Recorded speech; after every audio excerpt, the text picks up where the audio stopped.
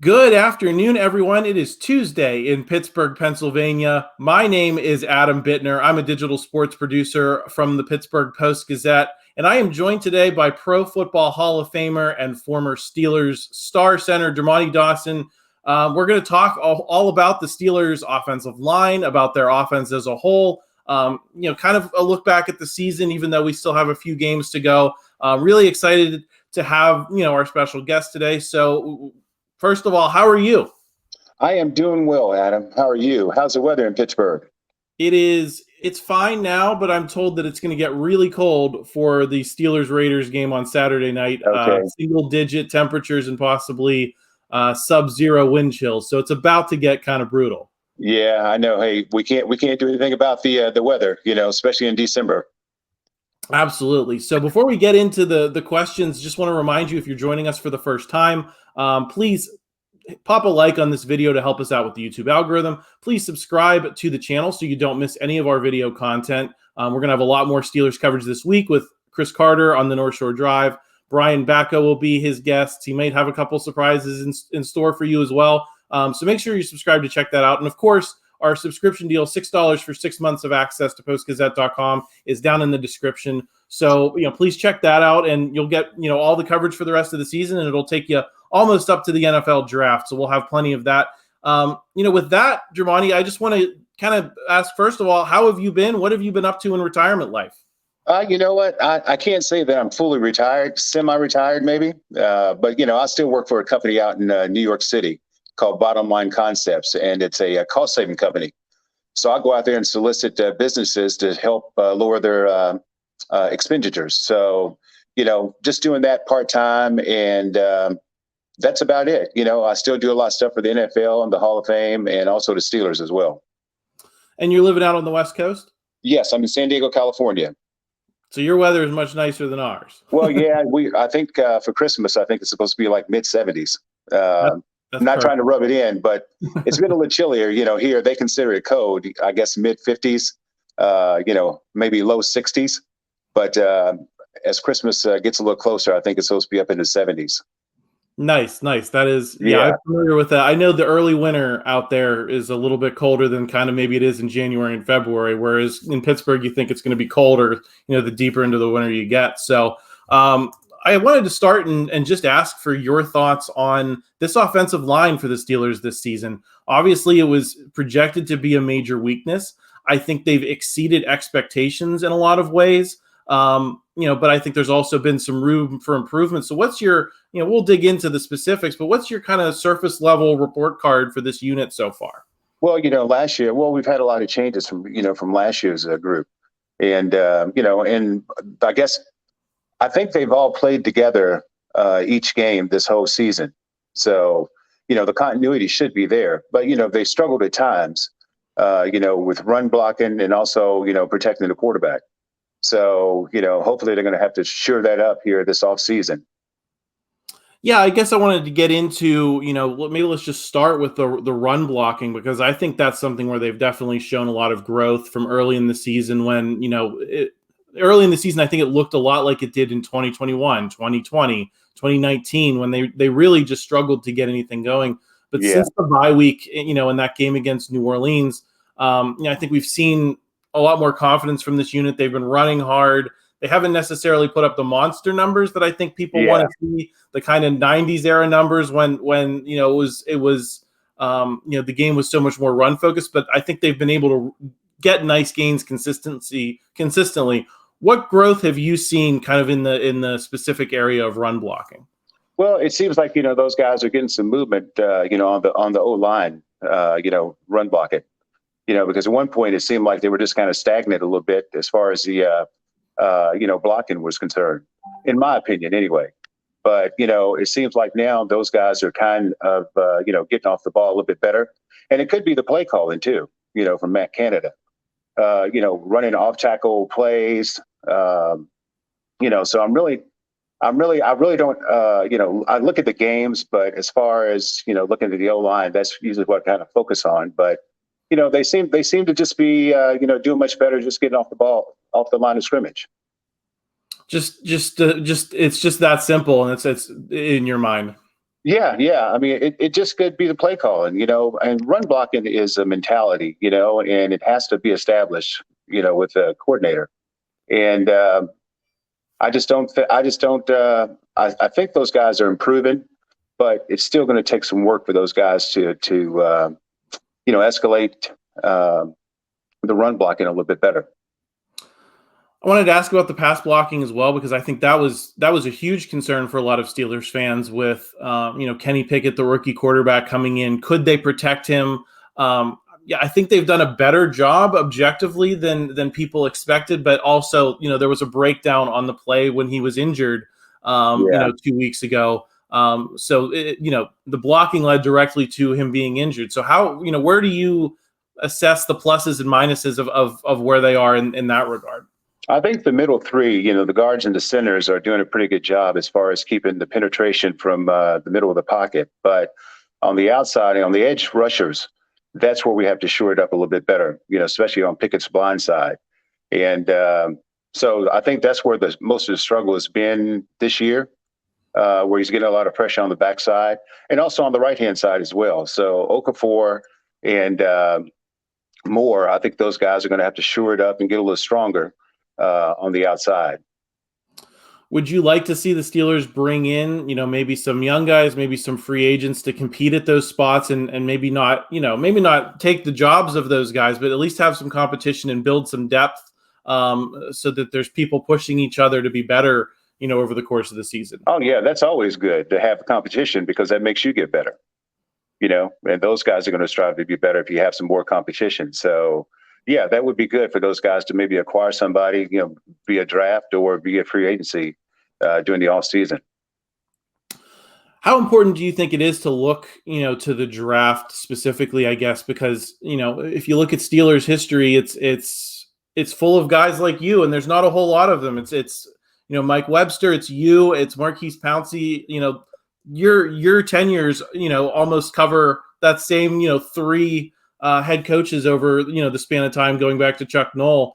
How important do you think it is to get maybe specifically a center, because that's kind of your area of expertise, but just guys that can be fixtures for this offensive line for 10 years and not, necessarily just be hole fillers through free agency? Yeah, I think it's important, for you to look through the draft or look to the draft to get somebody who's going to be a long haul player.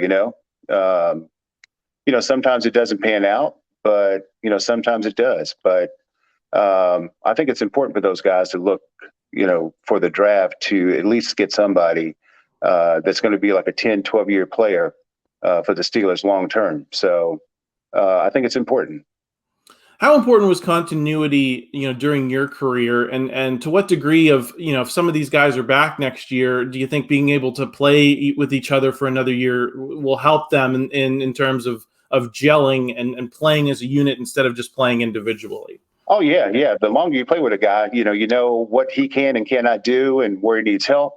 So continuity is most important for O-line play because, it's controlled violence. So, you have to be on your P's and Q's and know exactly what the guy next to you is doing. So, so I think those guys are going to be much better next year because they played consistently together this year. And I think the continuity is going to continue to stay and improve as the season goes on and into next year, if those guys stay together. Are there any relationships in your career that you can remember that you really loved, guys you loved playing next to, that you kind of had that sixth sense with, and what did that allow you to do, personally? Oh, yeah. When I played beside, Carlton Hasselrig and Duval Love, John Jackson, Leon Searcy, Tunchilkin, we all knew what we could do, what our weaknesses were, and what our strengths were as a whole unit. So, we would help one another. If you were going against a tough opponent, I knew that I would let the guard know that I would protect him inside. So he could potentially jump the guy and, let him come inside. And then I would take a little piece of him off, and just, it is funny, when you kind of, know the weakness and the strengths of a player, your teammate.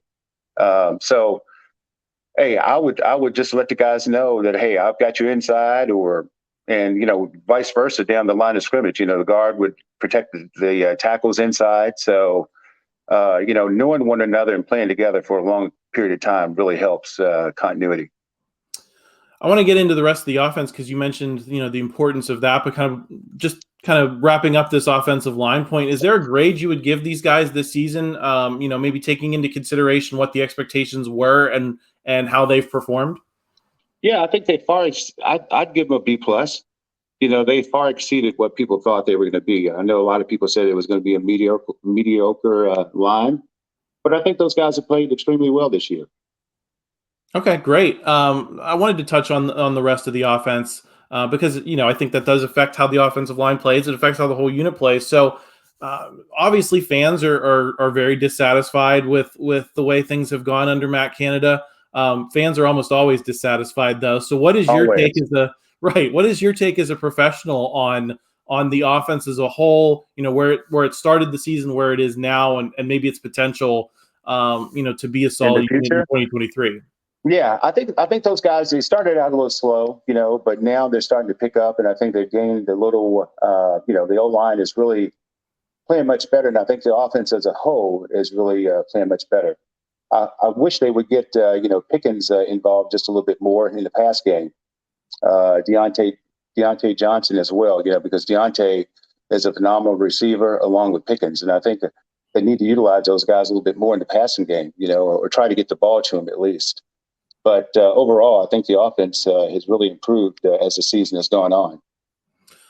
I wanted to ask about the quarterbacks, and I do want to get into the targets and stuff. But with regard to Kenny Pickett, I guess first because he's kind of their guy. They've made that statement at this point. What have you seen from him? Maybe I guess especially since the bye week. I think the stats are still somewhat underwhelming, but he's started to limit the turnovers.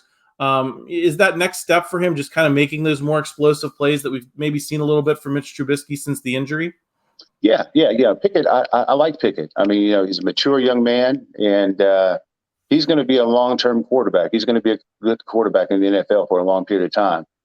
This is just a learning period for him right now. So the maturation process for a quarterback, it takes a year or two for a quarterback to really get situated with an offense. And so I think he's on his way to being a good quarterback long term. Do you think there's merit to keeping Mitch Trubisky around for another year, given that he's kind of seemed to find his stride here, especially in the Carolina game? Obviously, he had the 3 interceptions against Baltimore, but otherwise they moved the ball in that game, better than I think they have for most of the season. Do you think there's something to keeping him around? A, just as an insurance policy on Kenny Pickett, and B, maybe to push Kenny Pickett if that development doesn't go as fast as people hope it does. Yeah, I like Mitch. Mitch is a good quarterback. He was a good quarterback in Chicago as well before he was acquired by the Steelers. But I like Mitch, and I think him being a second backup, being a backup quarterback is always, that's money in the bank right there because he's a seasoned vet. So I think they should keep him on for next year.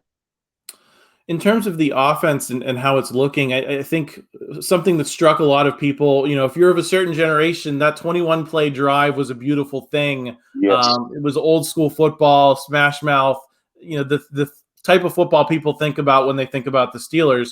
On another level, there's some question of whether is that sustainable in today's NFL? Can you win with 21 play drives? Are these defenses too good that they're going to force mistakes to short circuit drives when you're just kind of gaining small chunks of yards and not making those explosive plays down the field? Where do you fall on how sustainable that kind of offense is in today's game, as much as we might have loved it, 20, 30 years ago? Yeah, I know when I was playing, it was all about smash mouth football, and run blocking and possession of the time, killing the clock and having those long drives. I mean, it was great to see those guys have those long drives and possess the ball and take some time off the clock. I don't know how sustainable it is now because now I think the NFL has kind of turned to high scoring games. Teams are scoring a lot of points right now, and it's because of the pass game. Yeah, I mean you still have to have the run game, to try to win games and try to kill time off the clock, and also give your defense a chance to get a rest as well. So I don't know how sustainable it is now. It just seems like more offenses now, man, are just designed to score points. I mean, yeah, points are needed, but still, you just need to be able to possess the ball and kill time and take time off the clock as well. Do you think that's a matter of situational football and like being able to run the ball when you need to run the ball? If you get a lead and then you're able to run down the clock, but you can't always play like that, right? If you're behind, as we No. saw against Baltimore, they had to throw more, and that led to more mistakes. Yeah. Is that kind of like the place you think that this offense needs to improve most, maybe? Yeah. I mean, it's just situational offense. I guess your play calling is going to be based on, what the defense does and vice versa with the other team as well. I just think that that's just part of football in general. But it has become more of a passing game as opposed to a running game, possessing the ball. But you have to be able to do that and kill the clock at certain times. Yeah, and I think that's been the big, critique of a lot of Steelers fans this last handful of years is when they've had leads, it's always kind of been touch and go whether they could hold on to them because you didn't know if you could get that 4-minute offense going, where you could run when you needed to and not necessarily just run as a matter of course. So yeah, I think that's going to be an interesting storyline to watch down the stretch, and especially into 2023 is whether they can be good at many different things and not just one facet of the game. Yeah. I know it's tough. It's just, I mean, I really haven't, as far as the trends when it comes to football, I just think now that offenses, man, just want to score just so quickly, and it's just a high scoring game. Yeah. And it's entertaining for the fans, right? It is entertaining. That's what it's all about, entertainment now. So they're trying to make it more exciting.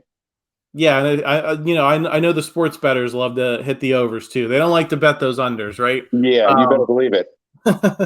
So obviously this weekend is the Immaculate Reception celebration in Pittsburgh. What are your thoughts on, just as a football fan, on the importance of that play? Do you remember where you were when it happened or when you first saw it? And how did that affect you, in your football journey? I can't even remember when it happened, but I was young at that time because they're going on 50. I was 7 years old at that time when that happened. But I remember seeing the play, but, that changed the whole direction of Pittsburgh's history.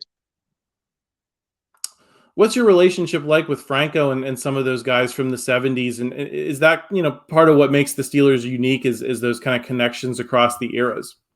Yeah, I see Franco and Dana, at a lot of different Hall of Fame events. And I'll be in Phoenix attending the Immaculate Reception dinner as well, celebrating the 50th year anniversary. So, and Franco's just a good guy. And, the Steelers are great for having all the alumni. They have different events throughout the course of the year or different seasons where they invite guys back to Pittsburgh. And, I think that's what kind of makes it special with, all the guys that play for Pittsburgh, that we all try to stay in touch with one another. Have you been back to Pittsburgh this season at all? I have not been back this year. Okay. I just haven't had time. Yeah, fair enough. I was just curious if you'd stopped by. The last, thing I have for you, any fun holiday plans as, we get to Christmas here at the end of the week? No, it'll be a quiet Christmas here. My wife and my daughter. That's all we're going to do. We're going to have dinner, exchange gifts, and relax. That's it. No travel. That's what it's all about, right? Just cozying up at home and enjoying the holidays. Well, Dermontti, thank you so much for joining me. I think a lot of Steeler fans are going to appreciate your perspective on, the offensive line, because I think it's a hard place. It's a hard thing to analyze if you don't know what you're looking at all times. It's not like just looking at the stat sheet to see what the quarterback did or what the receiver did. So I think people are going to really appreciate your perspective. So thank you for stopping by. Well, hey, Adam, I appreciate you having me on the show. Absolutely. And like I said earlier in the video, everyone, please pop a like on this video, help us out with the YouTube algorithm, and please subscribe so you don't miss any of our Steelers content for the rest of the week. Christopher Carter will be back on Wednesday with the North Shore Drive, so look for that tomorrow late morning, maybe early afternoon. And then, of course, on Friday, he'll be back to prepare you for Steelers Raiders on Christmas Eve. Going to be a cold night, So make sure you're still tuned, and we'll talk to y'all soon. Thank you so much. Merry Christmas, guys. Thank you for checking out this content from Post-Gazette Sports. If you liked the video, please like it and subscribe to our YouTube channel. If you enjoyed it on Apple Podcasts, please rate us 5 stars on Apple Podcasts. For 6 months of digital access to post-gazette.com for just $6, click the link down in the description.